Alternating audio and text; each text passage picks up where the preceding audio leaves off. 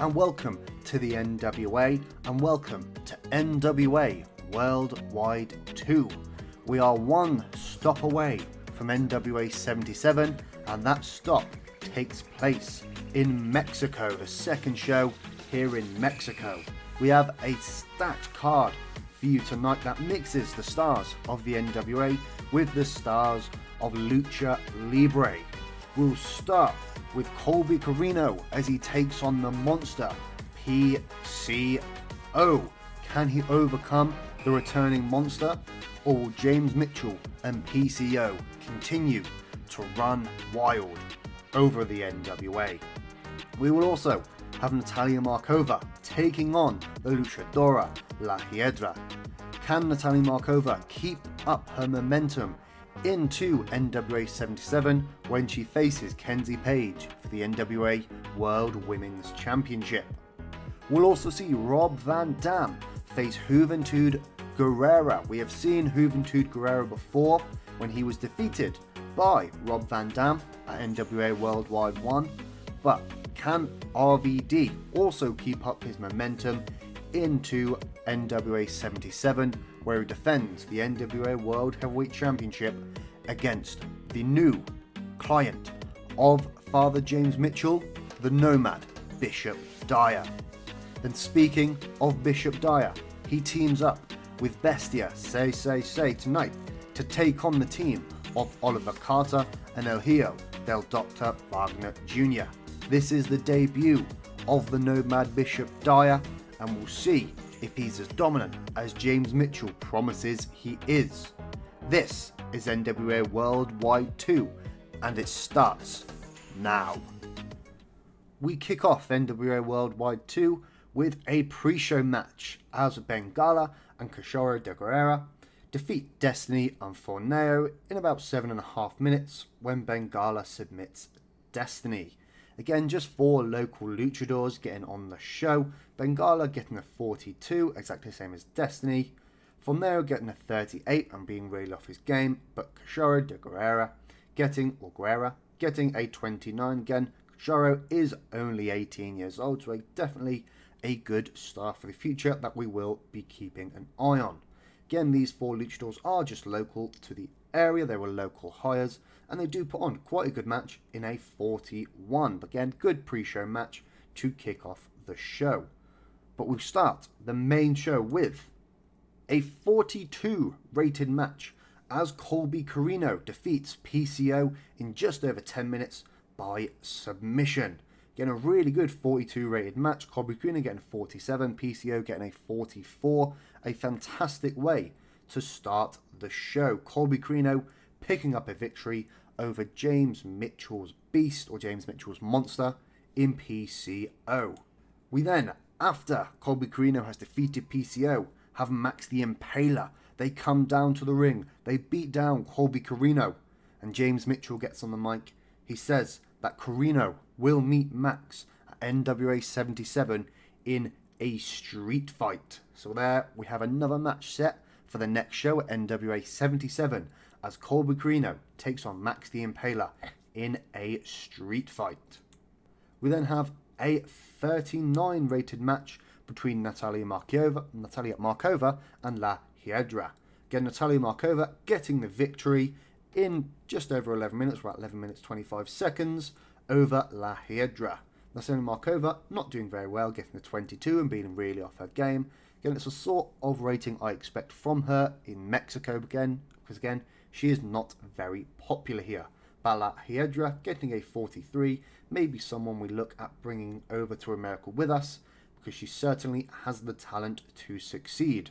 But Markova keeping her momentum up before she faces Kenzie Page at NWA 77. We then have the Juice.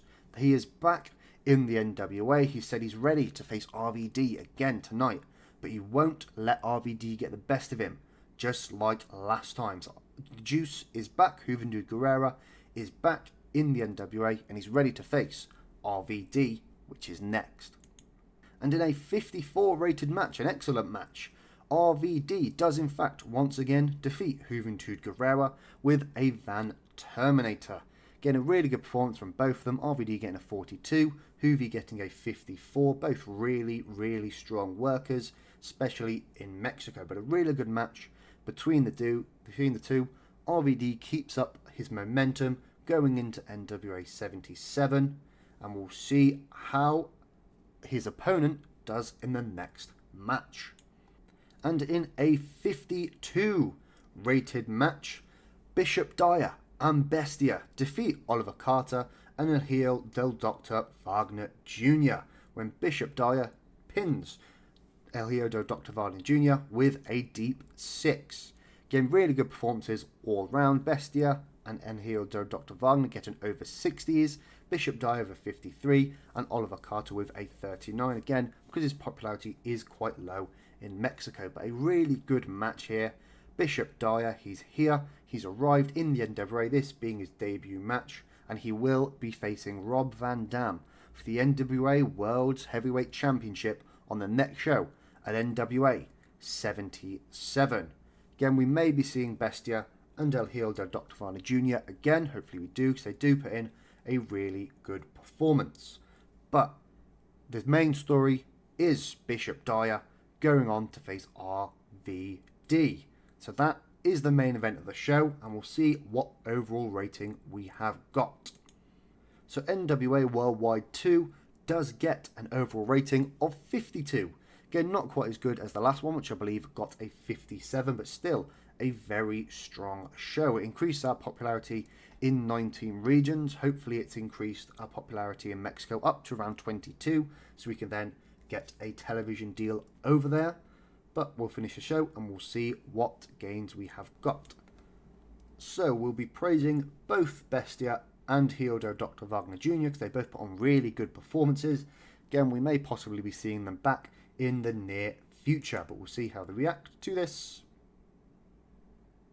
Bestia is pleased, as is Dr. Wagner, or Hijo del Dr. Wagner Jr. I imagine in our financial report we had lost a little bit of money on this, because again, ticket sales are down because we're in Mexico, because we're trying to build popularity, and the wage bill was relatively high.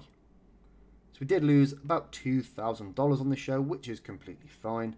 Like I've said, ticket sales are a lot lower than we usually get, and our broadcast revenue is quite down from where it normally is. But we can spare $2,000. We've been making a fair amount of money these past few months. But the real most important thing is the popularity. So we have raised up to 22, which does mean we can now get a television deal or a YouTube deal in Mexico, and we'll be able to finally be broadcast over there.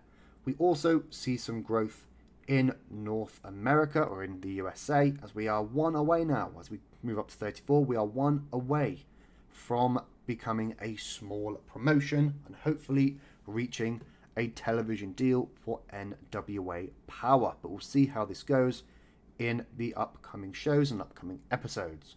But as for now, we will end the show here, and I'll see you back at the homepage. So we are back at the homepage, the menu screen, and we can see there's quite a bit of news here. Margine's retiring, but we do see that Kojima seems to be moving on from New Japan, which may be someone we might want to bring in for a couple of shows. I believe, actually I don't think he is a former NWA World Heavyweight Champion, but I know he's a former MLW World Heavyweight Champion. So he's someone we may be looking at bringing in the near future. But if we move to our emails, we'll see that 4 talents have left. Again, they're all on one-night deals. Bestia, Hijo del Dr. Wagner Jr., Hijo, and La Hiedra have all left. And the viewing figures were just under 28,000, so 27,784, which is a really good viewership. But if we go back to the office page, we'll see that our next event is NWA 77, and this will be our next episode, our biggest show of the year. Again, we'll see RVD take on Bishop Dyer for the NWA World's Heavyweight Championship. We'll see EC3 face Odinson. Max the Impaler will face Colby Carino in a street fight. and we'll see Kenzie Page defend her NWA World Women's Championship against Natalia Markova. Thank you very much for watching. I hope you enjoyed. Make sure to like, subscribe, share with anyone you think will be interested, and I'll see you at NWA 77.